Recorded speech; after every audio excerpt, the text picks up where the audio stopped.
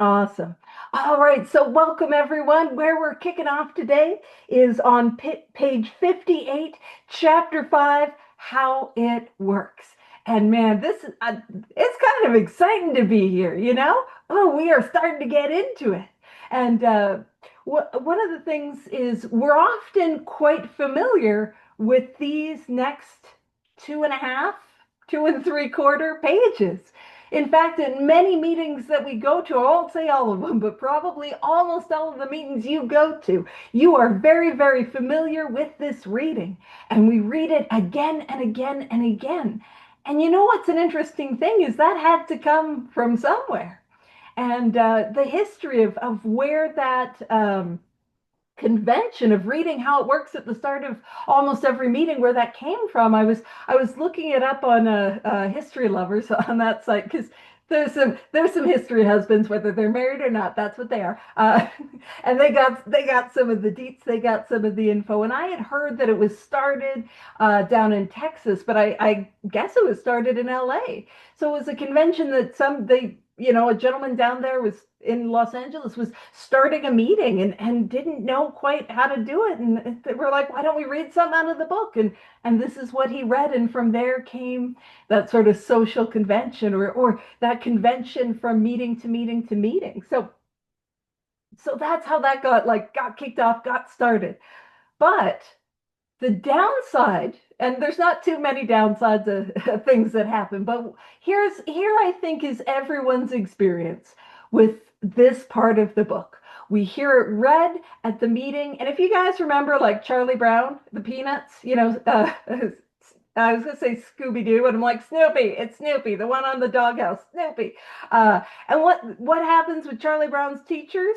It's right, like the trombone. That's kind of what happens with how it works.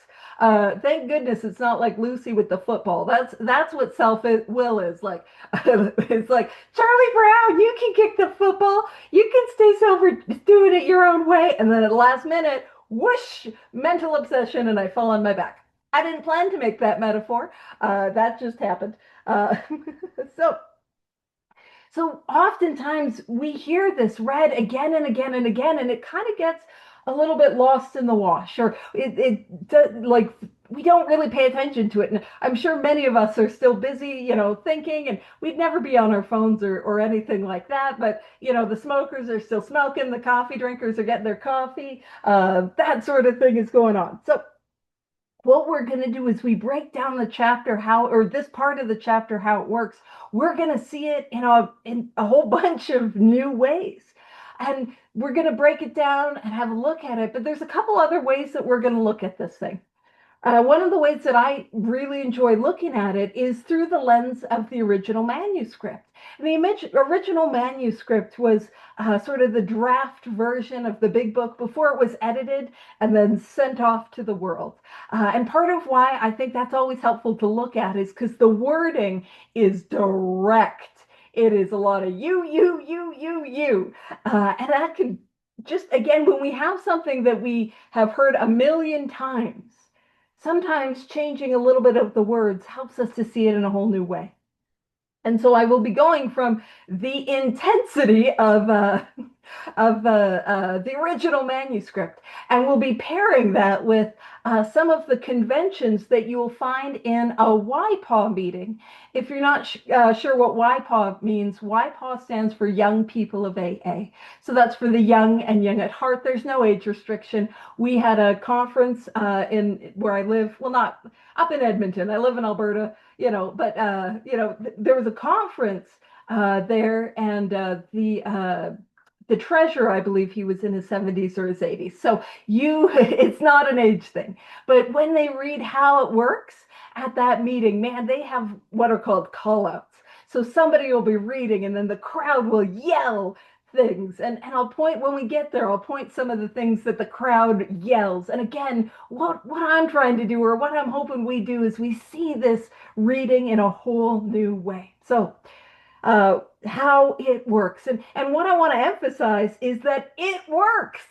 It works. Like what we have here works. And this is how, and sometimes I go to some local meetings, and there will be people that are like, there's something that happens and we don't know what it is and we don't know how it works. And I'm like, we got a chapter that tells us, it gives us how this thing goes. Like it explains it. So that's also part of why we're studying it. So it goes on to say, rarely have we seen a person fail who has thoroughly followed our path. Now, if you've been around the rooms, you might have heard this. Now, this, I'm going to let you know, is not true. I'm going to sandwich this falsehood. It's a sandwich, but I'm doing it with truth. The truth is the bread. The bologna is the bologna. I didn't plan that either. But often what you'll have heard is, Bill Wilson, he always said if I could have changed anything in the book, I would have changed rarely to never. He never said that. He didn't. And that's my little bread of truth. But here's the thing, why would that like myth persist? Because whenever we hear myths in and around 12 step, I'm always curious as to why it persists, why it hangs on. And I think because there is something that is our experience that if we do this, it works. And if we don't, it doesn't. But Bill Wilson, he never said that. And probably because he knows people like us. He spent his whole life dedicated to helping alcoholics. So he knows people like us. And I'm not saying, oh, yeah, no, I did. It should be on the recording. Yeah, the recording's on. Yep. I double checked though. Thank you. Because oh man, nobody wants to hear me natter on about the the title. Yeah, that is helpful. All right. But when we talk about this idea of like rarely have we seen a person fail. One of the things is we get into this first paragraph. Man, we hear it in such a way, and I don't know about you guys, but I will hear it through my ears of, oh, it's me. I'm gonna fail. I'm gonna mess this up. So it says, rarely have we seen a person fail who has thoroughly followed our path. And what I like to do, and we're going to talk about this a little later, I like to put a little bit of Missy Elliott on this thing. I like to flip it, and reverse it. And so let's read this sentence in a little bit of a new way. Often have we seen a person fail who has thoroughly dinked around. Right? Right? Is that not our experience? Often have we seen people come to the meetings, come to the rooms, sit in the meetings, kind of do some of a four-step, maybe do a little bit of the work, maybe get a little complacent and relapse. And when it says we have rarely have we seen a person fail who has thoroughly followed our path, I want to be very, very clear. What is our path? Now, the hint is that we see it on page 59. The path is the 12 steps as laid out in this book, Alcoholics Anonymous. So it would be rare for somebody to fail if they thoroughly followed this path.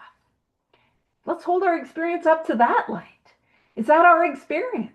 Are we people that have been in and out, and then we start to do it and something changes? Or have we seen people, there's people that like, don't do it, and they do it and something changes. What's our experience? And that's been my experience. And then it says, those who do not recover, and immediately, that's me. I'm the one I can't recover. It's me. Our brains look for the negative and we grab right a hold of it. So those who do not recover are people who cannot or will not completely give themselves to this simple program. So let's flip it. Those who do recover are people who can and will completely give themselves to this simple program. So to get well, the only thing that is asked of me is to give myself to this simple program. And then it says, usually men and women. I just wanted to make that little joke. Usually men and women, usually alcoholics, who are constitutionally incapable of being honest with themselves. So the people that are unable to grasp this program or give themselves to this program are people who are at constitution, which is at like that base fundamental level, unable of being honest with themselves. Now I want you to know, if you're here today. That's not you. That's not you. It's not you. It's not you. No, no, you are not constitutionally capable of being honest with yourself. That's not you. But we all think, no, no, no, Paige, but it's me. It's not you.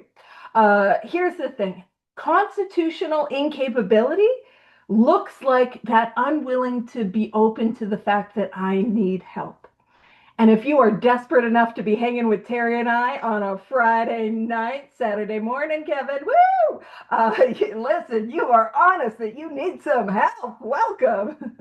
And like, I have been doing this thing for a while. And I have worked with, I couldn't even tell you how many different alcoholics, how many different addicts. And there has only been one person that I thought maybe, yeah, maybe this person might be constitutionally incapable. And that person's not here, by the way, in case somebody's like, it's me, it's not you.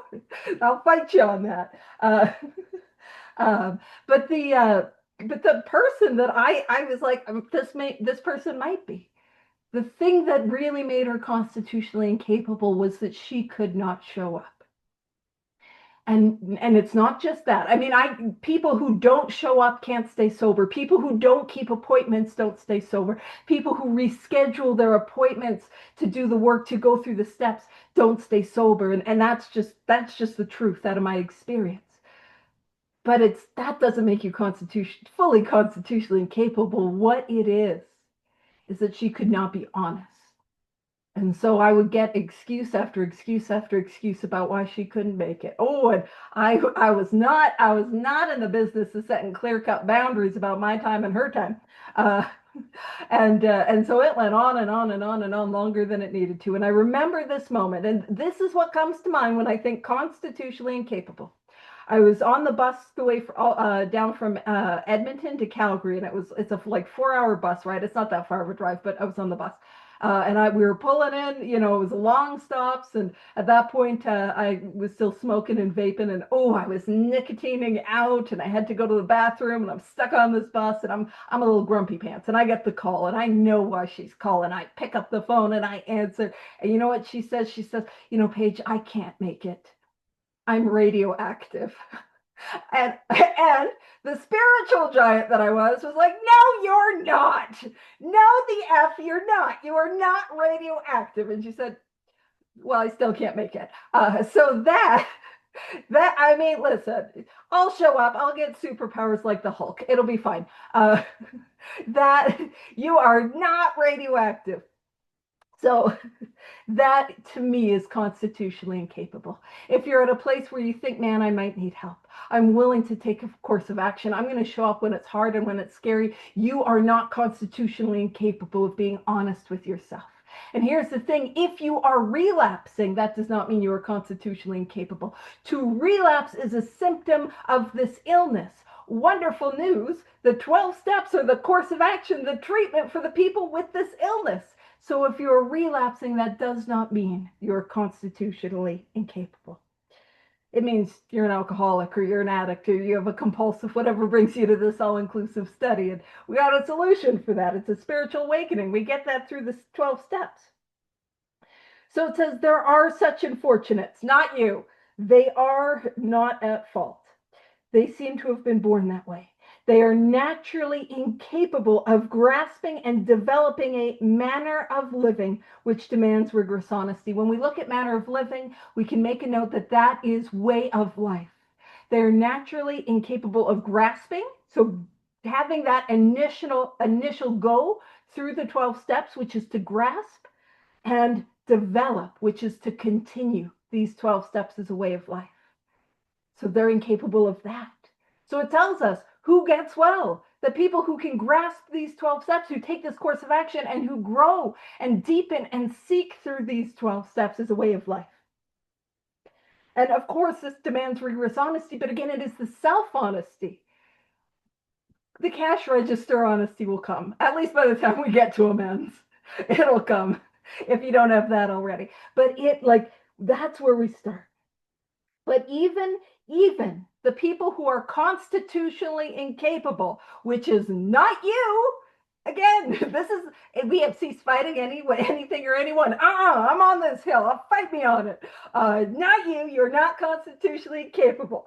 Uh, but even if you were, which you're not, their chances are less than average. So the odds of recovery are less than average. Well, what is the average? Well, at the end of the Ford to the second edition, the average was 75%. 50% got sober at once and remained that way. And an additional 25 sobered up after some relapses. So less than average is below 75%.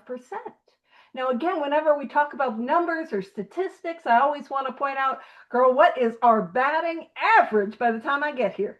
Well, if you're hanging out with more me than Terry, because Terry is an absolute delight. But if you're hanging out with us, let me tell you, I'll tell you, before you get here, your batting average 0%.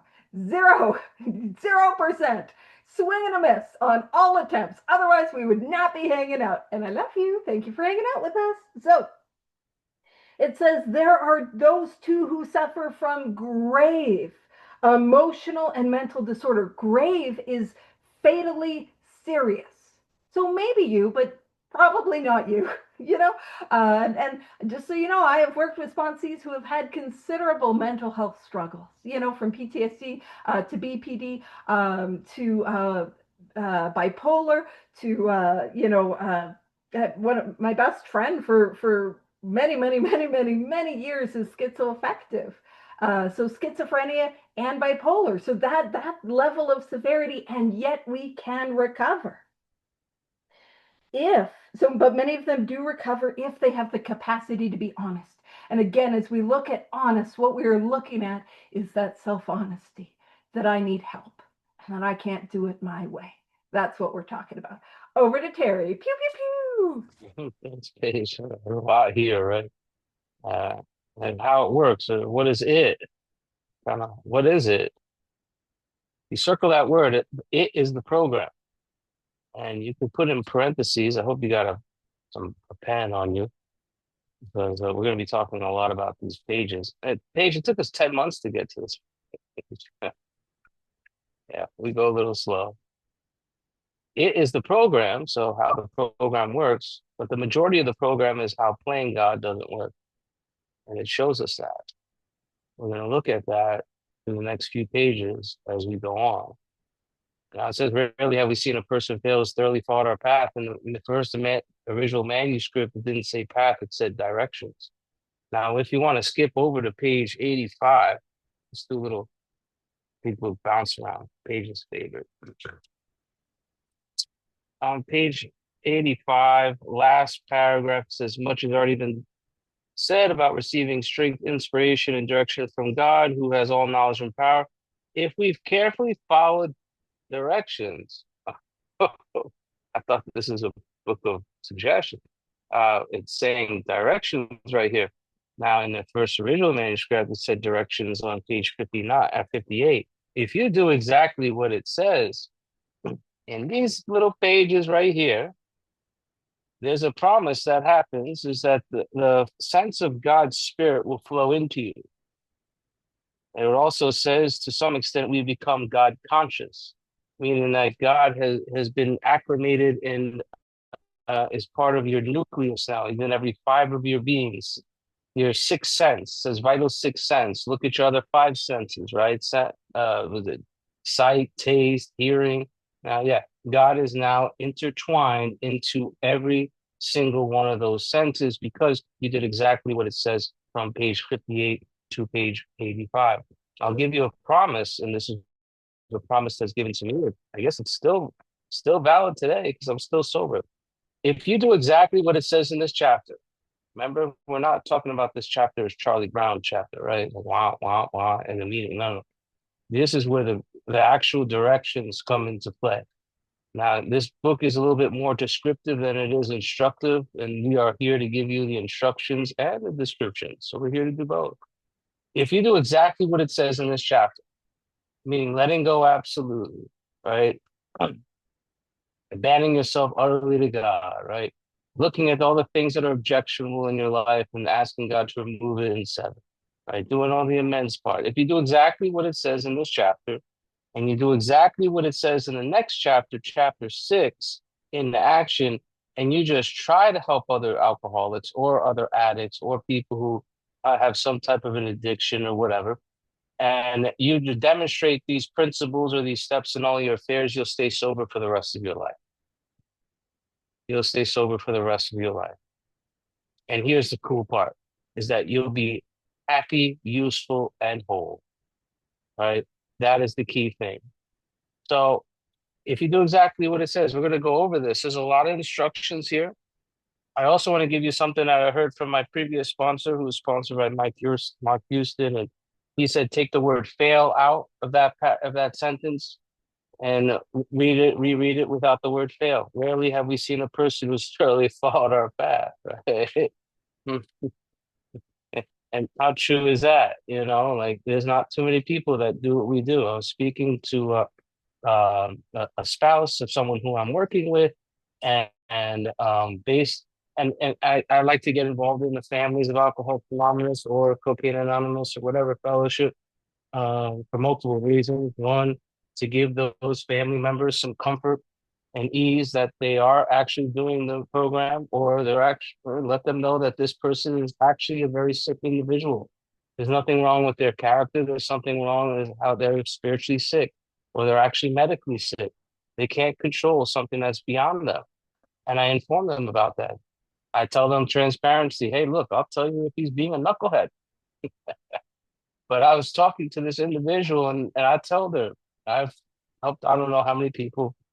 Out of all those people, I've had a handful of people who've had the gift of desperation like this individual. And I was telling his wife that. And this person is on rock and roll. So I don't know why I went into that tangent, but rarely have we seen a person who's thoroughly followed this path. It's usually people that don't get their ass whooped, that don't follow this path, right, Rob? In my experience, I mean, like, look at your experience. I mean, why on earth are you at a meeting at 8 o'clock on a Friday night? Reading a book with a bunch of people because you got your ass whooped at one point, right? But who really got their ass kicked? Who is fighting for their lives? Who has that intuitive sense? Who's scared? You could call it a healthy fear. Who has a healthy fear never to get high and drunk again? I do. Because I'll tell you right now, I will build this spiritual arch through which I pass through as a free person. One day, what will happen is that your ego will regroup itself, it will resurrect, and it will burn that arch down to the ground. But there's a foundation, which I'm still standing on, which is an unshakable foundation. It's an immovable object. It cannot be penetrated. You could call it, they talk about on page 17, with our common peril and our common solution. I'm constantly in the book with other people, not looking to keep it green. I'm looking to solidify and reflect on my step one experience, reminding me, yeah, this is why I do what I do. Because I'll have a decision when that arch comes crashing down, either do the work or drink again. And I'll make a conscious decision to do the work because of my healthy fear that underlines it, that I got a well whooped ass. That's what my friends in California say. WWA. Bunch of things. I mean, I read this paragraph and I didn't think I was constitutionally incapable of being honest with myself. And then my sponsor asked me, Terry, when you were drinking and drugging, were you constitutionally capable of being honest with yourself? And I was like, yeah, I definitely couldn't. Being honest was not part of my basic makeup when I got here or when I was drinking. Well, Terry, those were people that suffer from grave emotional mental disorders. I don't have schizophrenia. What are you talking about? Yeah. One of my sponsor, he twisted it. He's like, hey, Terry, when you were drinking and drugging, did you suffer from grave emotional mental disorders? Like, yeah, I had panic disorder. I had restless leg syndrome. I was scratching my face everywhere. I was cuckoo for Cocoa Puffs. I was like manic. I was extremely depressive. Yeah. You see, the ego, it says we're self-delusion, like we're driven by self-delusion. When I come in, I read these pages, like I'm feeling a little bit better. I don't have alcohol or drugs in my system, but my mind will take over. And I'm like, that's not me. That ain't me. I don't agree with that. developing and grasping a manner of life that which demands rigorous honesty. I mean, I developed a life that demanded rigorous dishonesty. You know, most of my life was run based on living a two-part life. I was kind and generous to your face, but I would steal behind your back. I would talk to you and be kind and considerate just to get something out of you so that I could go get high and drunk. I lived a double life. So our story, remember we talked about storytellers? Anyone remember that? When you go to the title page, it says the story of how many thousands of men and women who recovered from alcohol. We're storytellers. If you're a storyteller, I take that back. Let me rephrase that. Don't stop telling your story. Just don't. We just celebrated 90 years. It was because one alcoholic was sharing their story with another alcoholic and vice versa. And hence why we are chilling on a Friday night at 8 o'clock Eastern because of those people sharing their stories. So keep telling their story. You never know who you're going to help. Most importantly, you probably help yourself when you tell your story as well. Okay, disclose in a general way what we used to be like, not what it's like, what we used to be like. What happened? What happened means a change that came over me, a spiritual experience, you could call it, a transformation, me going through the actual 12 steps of Alcoholics Anonymous, me finding this power and having a conscious companionship with this power, me having what is called a vital sixth sense, right? And then what we are like now, right here, right now. What do you like now? I would reflect on who you used to be versus who you are now. I'm not even the same person I was yesterday, if I'm being completely transparent. Why? Because I try to grow in the image and likeness of my creator. Why do I want to do that? Because I drank the Kool-Aid, Paige. I drank the Kool-Aid. I look back and I reflect back in my life. I'm like, damn, this stuff really does work. And God is actually real because I have an actual track record of hope. I have evidence of this stuff. I'm still sober today.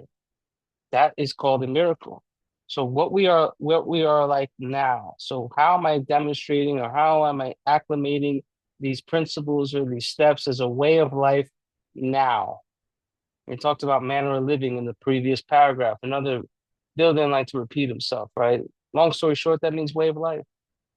What is your way of life now? I'm going to look at the word now all throughout the big book, and I want you guys to really look at that and keen in and try and practice what it says. So here's our first instruct or one of our first instructions in how it works. We can take it as a group. If you made a decision, you want what we have, and are willing to go to any length to get it. So who has decided they want what I have? I guess I do, right? Well, you can't have it. Why? Because you already got it. See, God is deep down with every man, woman, and child. Every single one of these Hollywood squares, you have it. It's just blocked. There's just so much nuclear waste around it. Hence the reason why we're going to go through the steps to subtract all that, and it will burst out of you. So, do you want what I have? You already got it. That's funny. I have a friend in California. He had someone say, he's like, "Do you want what I have?" And he said, "I want what you have." He's like, "Are you sure about that?" And he says, "Why don't you go down to the nearest liquor store and burn your life to the ground?" And I was like, "Damn, that's a little harsh." But if you actually think about it, I have this desperation that is deep down within me. And on page 16, it says a deadly earnestness. Like there is a motivation and a determination to continue doing this work because of that healthy fear I talked about. Do you want what you have? You already got it. Now you got to go have to find it, and then you'll have a realization that it's always been there. And are you willing to go to any length to get it? What do you think it is, Paige? I'm gonna try and stump Paige, see if she knows it. Oh, I thought it was rhetorical. I was like, yeah, I was mouthing along. The it is what we have. The it for me is that spiritual awakening. Yes, Do I yes. want that? But if you were not asking me and it was rhetorical, I didn't pick up on those social cues. Yeah. Don't go back to being muted. No, no. I've helped people with 10 to 20 plus years, and I've asked them that question. They had no idea what it was. Now you do. Are you willing to go to any lengths to get a spiritual experience? That is a actual instruction, something they're asking us. Who's willing to go to any length for a spiritual experience and to grow that spiritual experience? I am. Now, here's another question you could ask someone who is brand new as well. Are you willing to go to any length for a spiritual experience, even though you don't agree with it? I'm going to say that one more time. You could write that in. It's a good one. Say, even though you don't agree with it, because defiance is a chief characteristic of every alcoholic and addict. We are going to be defiant during this process. That is why I asked them that question. I mean, who said they're willing to do whatever it takes to get sober and willing to go to any lengths to do whatever it takes to get the spiritual experience and drank again? Anyone did that? Yeah, it's probably at one point you didn't agree with something that we were doing. I don't want to help other alcohol. I don't want to listen to a fifth step on Super Bowl Sunday. You know, my Jets are in there. Hypothetically, they're in there. You know what I'm saying? Like, I got some important things to do. You know what? My job's really important.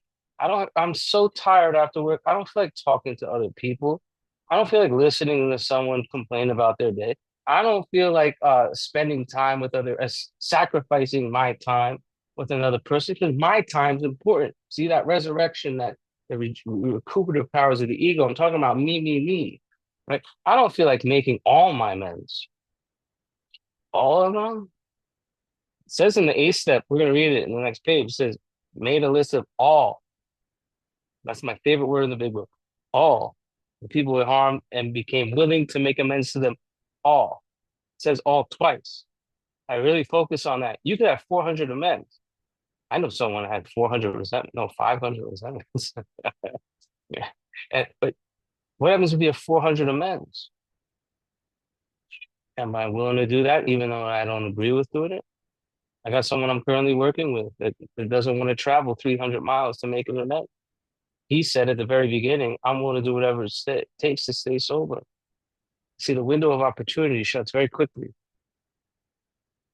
unless you get a well-whooped ass. And I can't teach that to you. When I take people to the work, I meet them where they're at. Statistically speaking, if they're in a rehab or they're in a detox and I'm helping them, it is okay for me to go a little bit slower than I usually go.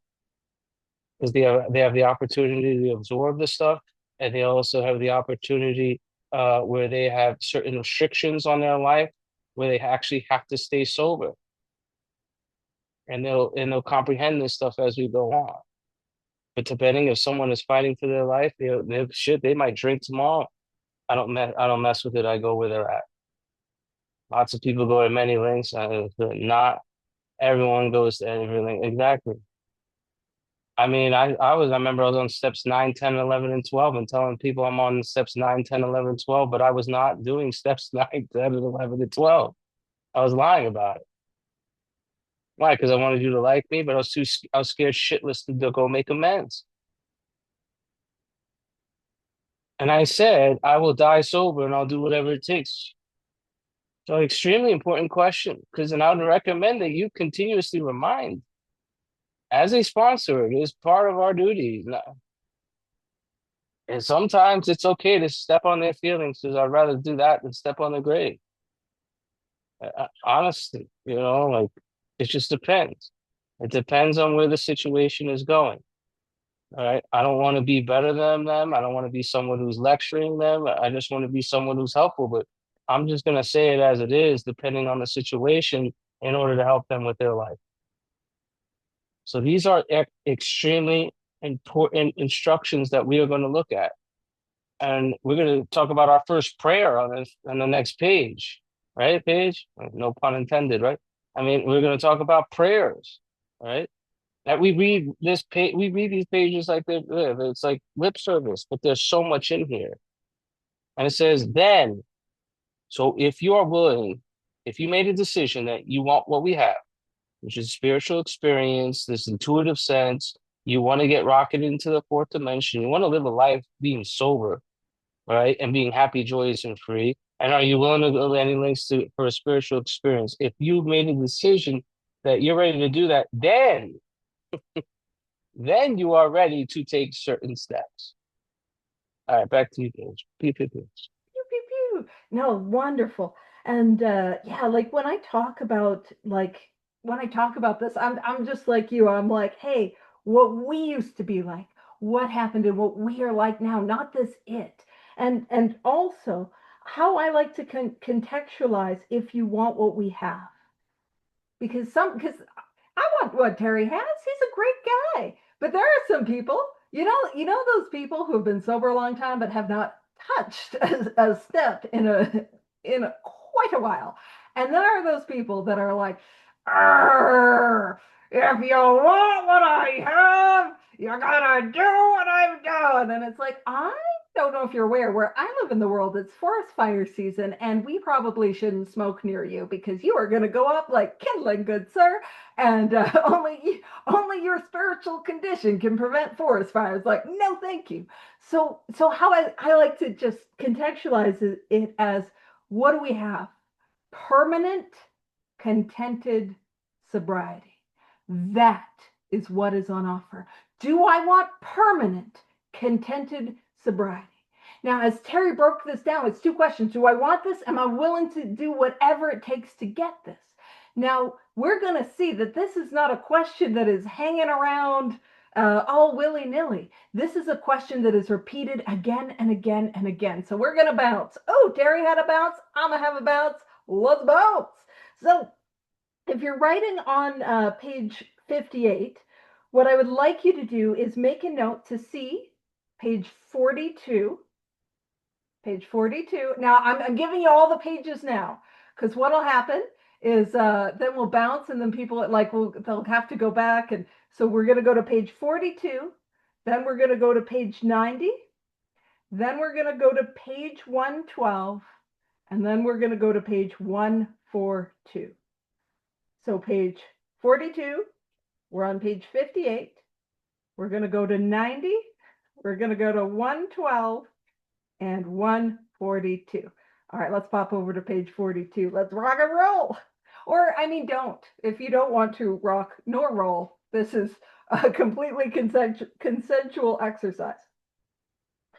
And so if we have a look at the second full, the first full paragraph, about middle of the page, where it says, two of the members of Alcoholics Anonymous came to see me. They grinned, which I didn't like so much, and then asked me if I thought myself an alcoholic and if I were really licked this time. So they're really asking that same question, man. Are you done trying to do it your way? Are you willing to go to any lengths? So page 42, right there, that is the first place we see that question, or a very close synonym to that question. Now let's pop over to page 90. So page 90, and I'm trying to do that thing where I'm trying to get a gauge of how quickly it takes other people to go to the pages, and I don't have any gauge for that. So page 90, 1, 2, 3, third paragraph down, near the bottom of the paragraph, right? Sometimes it's wise to wait until he goes on a binge, that paragraph. And we'll skip down a couple of lines. When it says wait for the end of the spree, or at least a lucid interval, and then let his family or friend ask him if he wants to quit for good and if he would go to any extreme to do so.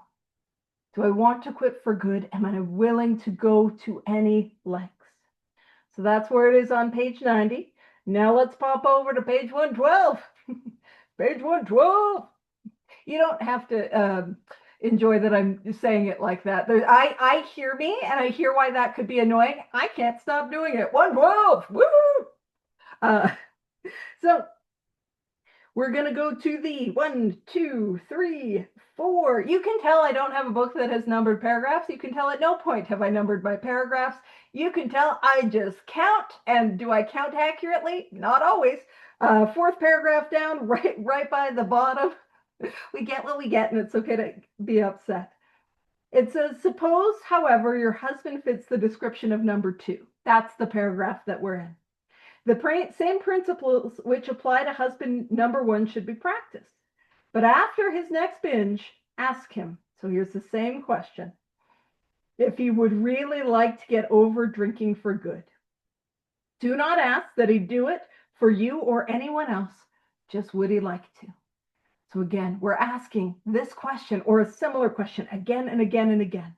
Now let's pop over to page 142. We're going to go to 2 employers. 142, 2 employers. So it's the first full paragraph where it says, next, he can be assured that you do not intend to lecture, moralize, or condemn. Now we're going to skip down a couple lines where it says, at this point, it may be well to explain alcoholism, the illness, on page 142, first paragraph. Here it is. Say that you believe he is a gravely ill person with this qualification, being perhaps fatally ill. Does he want to get well? You ask because many alcoholics, being warped and drugged, do not want to quit. But does he? Will he take every necessary step, submit to anything to get well, to stop drinking forever? If he says yes, does he really mean it? Or down inside, does he think he is fooling you? And then after rest and treatment, that he will be able to get away with a few drinks now and then. We believe a man should be thoroughly probed on these points. Be satisfied he's not deceiving himself or you. So again, we see that this theme of asking, do you want what we have? Are you willing to go to any lengths? Do you want to do this thing? Is not just thrown at us on page 58. It's thrown at us a number of times, and depending on where we're at chronologically in the book, or if we are being approached by somebody who's armed with facts about this book, that might be one of the first questions that they ask us. Do you want to quit? And are you willing to go to any lengths to get there? So back to page 58. We were bouncing. We don't say we didn't get our cardio in. I feel like that was a lot of work. Some people are going to be like, that is not cardio, Paige. It is for me. So back to page 58. It says, at some of these we balked. So we're at the very bottom, full paragraph on page 58. At some of these we balked. So what it's saying is exactly what Terry was talking about. We're like, yes, I am willing to go to absolutely any lengths. Ew, amends? Ew. Ew, amends to that guy? Ew, no thank you, right? Sponsoring, yucky. I didn't want to. And to be fair, if you look up bulk in a 1930s dictionary, I want to make it up and I want to be like, it definitely says, ew, yucky, not cool, girlfriend. But that's not what it says. But to balk is to begin to do something and to suddenly stop. So we were talking about the batting averages in baseball. Well, let me get on the mound. I'll be the pitcher. You see, in baseball, if the pitcher goes to make any sort of motion to begin the pitch and stops at any point, that's unfair because it creates this unfair position for the batter. And so that is deemed by the umpire as a balk, and the batter gets an automatic walk to first base. And I know some of you, what you heard was sports, sports, sports, sports, sports, sports. And you're like, nope. For those that are not the sporting crowd, what it means is, again, to start to do something and to stop. So at some of these, we're like, heck yeah, I'm all in. Yikes, I'm afraid. Now, again, we often read this through this lens, as Terry was talking about, the Charlie Browns. So this is how we often hear this part of the book read. We thought we could find an easier, softer way, but we could not with all the earnestness of our crown. We're back a few first and third from very start. You know, does that sound like a familiar cadence? You know, like, just no, but that's not how this part is written. In fact, in the original manuscript, it's so I'll read it from the original manuscript because it's very similar, but it's got you language. So it says, at some of these you may balk. You may think you can find an easier, softer way. We doubt if you can. With all the earnestness at our command, we beg of you to be fearless and thorough from the very start. Some of us have tried to hold on to our old ideas, and the result was nil until we let go absolutely. That changes the dynamic of this paragraph. It's like we're begging you. We're begging you to give this thing your best go. We thought we could find an easier, softer way. That is an example of the book meeting us where we're at. Who here didn't come to the rooms at 12 step and we're like, I will take one easier, softer way, por favor. Like, please and thank you with the side of fries. Right? I'm looking for the easier, softer way. I want to cut corners. I want the path of least resistance. The 12 steps are unappealing to somebody who has not taken them. They're ego deflation at depth that it forces me to confront my fears. Man, I don't want to do it. And so we look for an easier, softer way. But our experience, so that's meeting us where we're at. Our experience is that we couldn't find it. If I have the illness that is outlined in this book, there is not an easier, softer way for me. I tried. Hold our experience up to that light. Did I try easier, softer ways? Did that work? And if you're like, yeah, it worked, I'm going to point something out. Did it work well enough for you to stay dry, to stay obstinate? I'm not doing it today, but I might off myself tomorrow. Does that sound familiar? Because that is not, man, that's not what's available. We got real freedom that's available. And so with all the earnestness, that's that sincerity. We're being as sincere as possible. We're begging you to be fearless and thorough from the very start.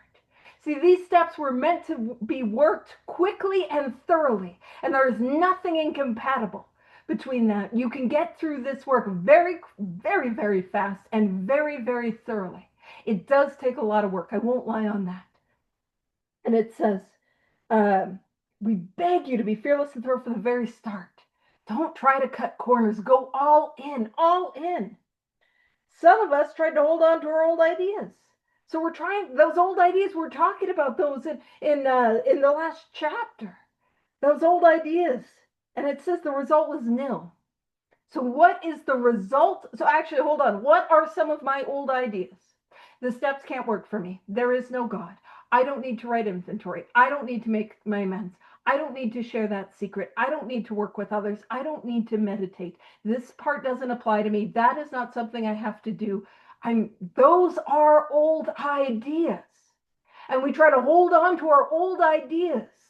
And the result is nil. And we don't break that down a lot because we hear it again and again and again, but it's not broken down. Nil is drunk. Nil is high. Like very literally, it is zero. But it is drunk. It is high. It is relapsing. The result is a relapse until I let go. Absolutely. What is asked of me is to let go of what I think I know, because it doesn't work, what I think I believe, because it doesn't work, and try this way with everything that is in me. Try this. Give it your best shot with everything you got. I will stay drunk on my old ideas. I will stay high on my opinions about this thing. I will want to die about my feelings about how this thing does not apply to me. But if I take the action, regardless of what I think or how I feel or what I believe, I will get well. Again, as Terry's talking about, we're rounding the corner. If it's like, I don't know how to let go, absolutely. We got a prayer that's going to help us. But also, sometimes, actually, I'll share this. Sometimes you go to meetings and you hear AA cliches, and I don't think they're inherently bad, but I think they're often misunderstood. We show up and I'll throw this one out. Anyone can hear it, not you guys. You're super healthy and you know how to have healthy relationships and end healthy relationships very healthily. But for somebody like me, I know what it is like to show up to AA obsessing about my ex. I know you guys would never. You're crying about him or her or whoever, like, oh, just a wreck. And then some old timer who's a little crusty it's like, here's what you got to do. You're going to let go, let God. And then because that sounds like the right answer, I say, Oakley dokley, I'll get right on that. But there's no direction on how. Because listen, I got a death grip based on self. Like I am wrapped in the bondage of self has got a death grip on me. I got a death grip on the ex. Like I can't let go. How do I let go? Let God. How do I let go? Absolutely. What that tangibly looks like is picking up the pen and paper and fearlessly and thoroughly and quickly writing that inventory that I don't want to write. Sharing all of that and the deep dark secrets I don't want to share with another person in the fifth step. Spending that full hour in quiet, asking, becoming willing and asking for those things to go, making all of my amends, even though I don't want to. Continuing this way of life in step 10, continuing the inventory process in step 11, deepening that connection with God in 11 with prayer and meditation on a daily basis, and carrying this message to others. I take the action. I can't let go from here. I've got to let go through action. So, anywho, Terry, pew pew. Hey, thank you. I mean, another word I work with is the word love.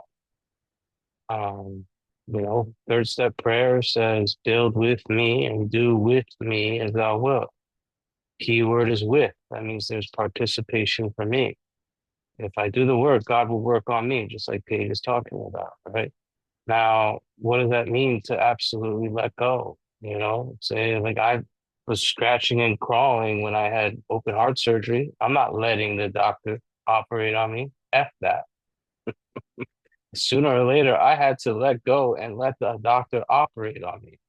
Very similar to what we talked about with step 67, letting go and then letting the doctor do spiritual surgery on me. Uh, Try practicing letting go absolutely for the rest of today and tomorrow. If I participate by just letting go, like, all right, I'm going on that operating table. I don't know what it's gonna be like, but I'm gonna do it. That is you practicing God's will by letting go. Why don't you practice let God demonstrate through you what God could do? I'm no longer fearful when I speak. When I stand up at the podium, it's like I just let God demonstrate through me what God could do. If I let God, remove everything that is objectionable in your life. There's participation for me by letting it go. And then God will actually do the work. So I think it all comes down to trust, right? And it's not easy to trust something you can't see. Right? I'm someone was in constant fear of the unknown because I want to know. I want to know. I want a plan. I want an outline. I want this. I want that. I want to know what's going to happen every step of the way. Why don't you just let that go? Not easy to do because our old ideas will hold us back. Okay.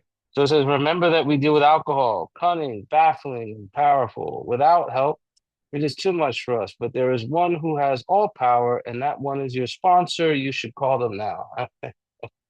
uh, I guess that's what it said in the original manuscript, right? That's in my this. I think this is the original. No, it's not. That doesn't say that. It says there's one who has all power. That's Andy F. in London, UK. You should call him now. Give him a call. You know, there's one who's all. No, I'm sorry, it doesn't say that. There's one who's all power. That one's, Rob. Why don't you call him? Call him now. Don't say that. It says there is one who has all power. That one's God. May you find him now. There's that key word now. Now is a time frame.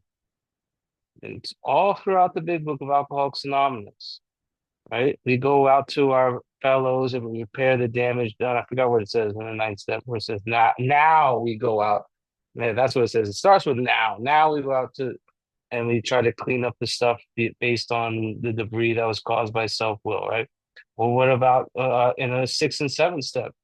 It also says the word now as well. My creator, I am now ready that you remove from me every single defective character that stands in the way between you and my father. Now is a time frame. That is what is called God's country. That's what we are talking about. We are talking about right here, right now, living from moment to moment to moment to moment to moment to moment to moment to moment to moment basis. This is the land of milk and honey. This is the fourth dimension. If he has all power, how much power do I got?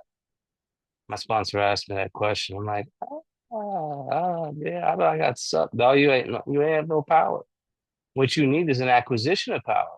You need a relationship with power because without help, you're screwed. Now, ask yourself, without help, is alcohol, or I should say alcoholism. I think that's the only page, that's the only thing that I think Bill made a mistake in or a typo.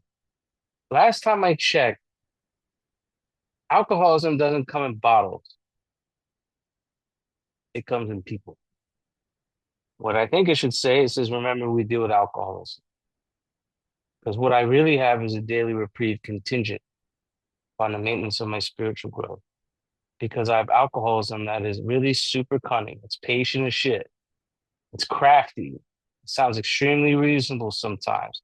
And it's extremely powerful and is fatal. Who knows someone who's died of alcoholism or drug addiction? I remember they had people come into our rehab and they're like, look to the left of you and look to the right to you. One of those people are going to die. And I was like, bullshit, bullshit. It's not. I know many people who sat right next to me and who are no longer breathing. We deal with a fatal disease. You could call it our thinking. You could call it, whatever you want to call it. You could call it the gorilla. Remember the kangaroo? Yeah, you could call it the kangaroo. You could call it whatever you want. Uh, it is always there. Now, if I accept, and I'm saying not just accept, if I fully accept that I have alcoholism, that it is fatal, that it can kick my tail at any moment, I'm going to need to do a bunch of things I really don't agree with. Like, really, really don't agree with. And that's what the steps do. They go against everything that you've ever believed in, goes against all your old ideas. It goes against all your old emotions. It goes against all your uncomfortabilities. Who's ever felt uncomfortable going through the steps? Come on. Yeah, come on. It's not comfortable, right? It's because something is fighting for its life. And that something's got to die in order for you to be reborn. So may you find him now as a time frame. That's asking us to do something that's right here, right now, is to go find him, right? And it says, and I'll just read the next paragraph. Half measures available is nothing. We stood at the turning point. Here's our first prayer of the book. What I recommend that you take this prayer and you say it in the morning, you say it in the afternoon, you say it in the evening, and you say it all throughout the day. Make it a way of life. Why? Because you're going to need these prayers when you go through the steps of Alcoholics Anonymous because you're not going to like them. I'm going to ask God for protection and care with complete abandon. Remember when you took the drink, you became the drink? When you do a sincere prayer, you become the prayer. You're going to become a demonstration of what it looks like to be protected by God when you completely abandon yourself utterly to this power. Back to you, Paige. Keep it, keep it. Pew, pew, pew. And I'll try to be quick because we're a little over time, but there's a lot that I'd like to say about these, and I won't say all of it. But when it says, remember that we deal with alcohol, cutting, baffling, powerful, in YPod, the chant out right after that is, and expensive. Just like to shake it up. When it says, remember that we deal with alcohol, cutting, baffling, powerful, without help, it is too much for us. That is a step one proposition. The substance that or the illness that is bringing us to this all-inclusive study is too much for us. That I've got nothing that I can put between me and it. Me and that first drink, that me and that first drug, that me and that first compulsive behavior. I've got nothing. But there is one capital O. So I point out the capitalizations because we're pointing to synonyms for God. Or we're pointing to that which is beyond the title of God.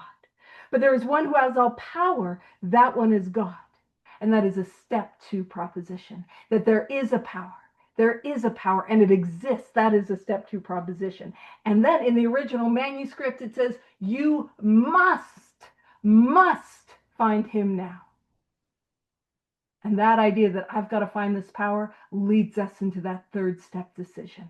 And because when we talk about in the next paragraph, we stood at the turning point. I describe it, and I'm going to describe it very quickly. I describe it as the illness of alcoholism, or the illness of addiction, or the illness that you have that is driving you to this study. It's the same illness that is chasing me.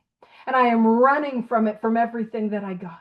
And the core of what the illness is the obsession of the mind. And the obsession of the mind, it takes a swipe and it gets me. And it gets me again and again and again. And I do everything that I can to hide from that monster, to outrun that monster, to deke out that monster, to do whatever I can to put distance between me and that monster. But after a while, I can tell that monster is going to get me again and again and again.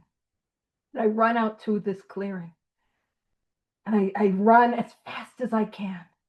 And I get to the edge of the cliff. And this is what the third step is. I'm at the edge of this cliff, this precipice for my entire life. And I look over the edge and I can't see anything. There's a cloud of unknowing. And I can't see what is beyond that cloud. But what I hear is I hear your voices, those of you who have recovered. And I hear you saying, jump, jump, take that leap of faith. Do it. We promise it's worth it. We promise it's okay. And because I see that monster that is barreling down, I'm in a clearing. There is nothing between me and the relapse. There is nothing I can do to stop it. And I look over and I see the cliff. That's step one. And the hope that there could be something on the other side in step two, I take that leap. And when I take that leap, 4 through 9, where I find as I land safely and securely in God's hands, as promised in page 100. I don't know that when I'm in step 3. And the other, what I'm going to end on is it says, half measures availed us nothing. We joke about that. Half measures, do that as an obscure Halloween costume. What are you today? I'm half measures, I actually for Halloween one year, because I don't really like dress up things. I just had a notebook or a piece of paper, and I sort of sat on it in my wheelchair, and I'm like, I'm sitting on a 4-step. Woo, spooky. I didn't have time for this tangent. But half measures avail us nothing. We joke about half measures. But what does that mean? What that means is anything less than all 12 steps is a way of life, and I will drink again. Anything less than all 12 steps is a way of life, and I will use again. Anything less than all 12 steps is a way of life, and I will engage in that compulsive addictive behavior again. Anything less than that, and I will relapse. That's what it's talking about. And so if we're there today, just as Terry said, I would encourage us to lean in and grab a hold of that prayer and take that leap of faith. So we'll stop the recording and then we can wrap it up with the serenity prayer.